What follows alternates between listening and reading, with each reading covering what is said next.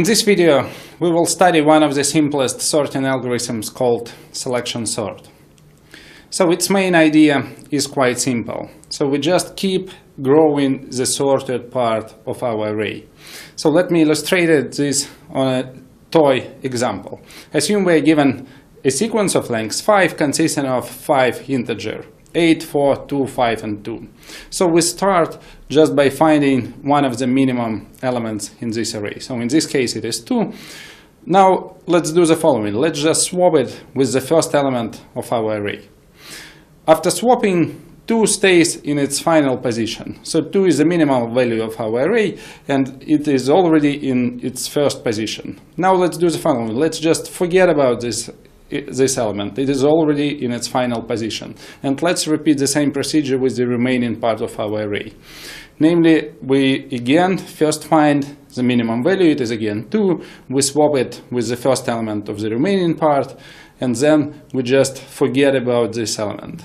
So again we find the minimum value, which is now 4, we swap it with the first element of the remaining part, which is now the third element of our array, and then we just forget about first 3 elements and we continue with only remaining part. So once again we just keep growing the sorted part of our array. In the end what we have is that the whole array is sorted. The pseudocode shown here on the slide directly implements the idea of the selection sort algorithm that we just discussed. So here we have a loop where I ranges from 1 to n. Initially I is equal to 1. Inside this loop we compute the index of a minimal value in the array with indices from I to n. Namely, we do this as follows.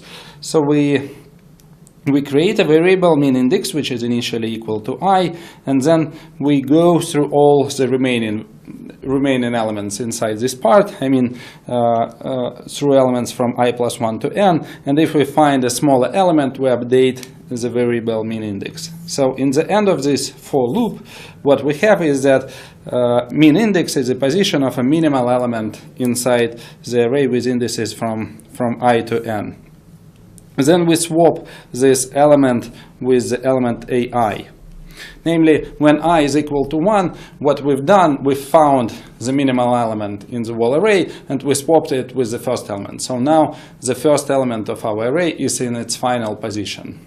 Then on the second iteration of our outer loop, we do the same actually. We find the minimum value, the position of a minimal value inside the remaining part of our array and put it on the second place.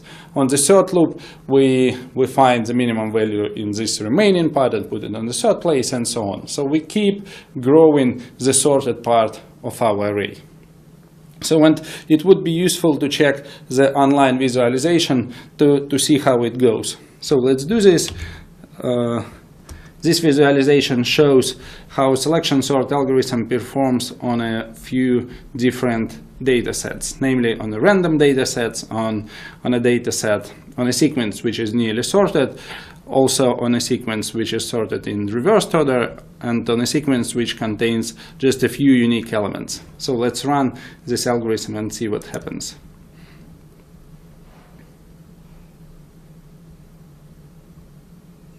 So you can see that indeed this algorithm just grows the sorted region, the sorted initial region of our array. So another interesting property that is revealed by this visualization is the following. So the running time of this algorithm actually does not depend on input data. So it only depends on the size of our initial sequence. The total running time of our algorithm is quadratic, and this is not difficult to see, right? So what we have is 2 nested loops. In the outer loop, I ranges from 1 to n. In the inner loop, j ranges from I plus 1 to n to find a minimum inside the remaining part of our array. So in total, we have a quadratic number of iterations. At this point, however, we should ask ourselves whether our estimate for the running time of the selection sort algorithm was too pessimistic. And this is what I mean by this. So recall that we have 2 nested loops. In the outer loop, I ranges from 1 to n. In the inner loop, g ranges from I plus 1 to n. So when I is equal to 1, the number of iterations of the inner loop is n minus 1. However, when I is equal to 2, the number of iterations of the inner loop is n minus 2, and so on. So when I increases, the number of iterations of the inner loop decreases. So a more accurate estimate for the total number of iterations of the inner loop would be the following: n minus 1 plus n minus 2 plus n minus 3, and so on.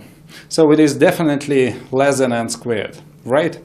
However, we will show that asymptotically it is equal to n squared. Namely, this is set of n squared, and it is roughly equal n squared divided by 2. The sum that we need to estimate is called an arithmetic series, and there is a known formula for this sum. Namely, 1 plus 2 plus 3 plus and so on n is equal to n multiplied by n plus 1 divided by 2. And this is how we can prove this formula. Let's just write all our n integers in a row. So 1, 2, and so on n. Below them, let's write the same set of integers, but in the reversed order. So n, then n minus 1, and so on, 2, and 1. Then what we get is a row of size 2 by n, having n columns, and in each column the sum of the corresponding two integers is equal to n plus 1, right? So in the first column we have n and 1, in the second column we have 2 and n minus 1, and so on. In the last column we have n and 1. So the sum in each column is equal to n plus 1. And there are n columns, which means that the sum of all the numbers in our table is equal to n multiplied by n plus 1. So since this table contains our sum, the sum of the integers from 1 to n twice, we conclude that the sum of all the numbers from 1 to n is equal to n times n plus 1 divided by 2.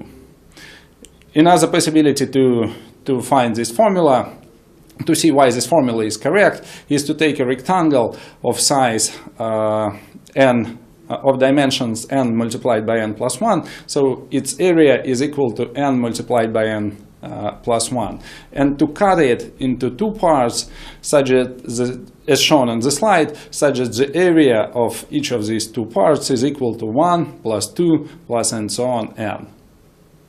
We are now ready to conclude. So we've just discussed the selection sort algorithm. This algorithm is easy to implement, easy to analyze, and its running time is n squared, where n is the size of the input sequence. So it sorts the input sequence or an array in place, meaning that it requires almost no extra memory. I mean, all extra memory which is required by this algorithm is only for storing indices like I, j, and min index. There are many other quadratic algorithms like insertion sort and bubble sort. We are not going to cover them here, and instead, in the next video, we will proceed to a faster, asymptotically faster merge sort algorithm.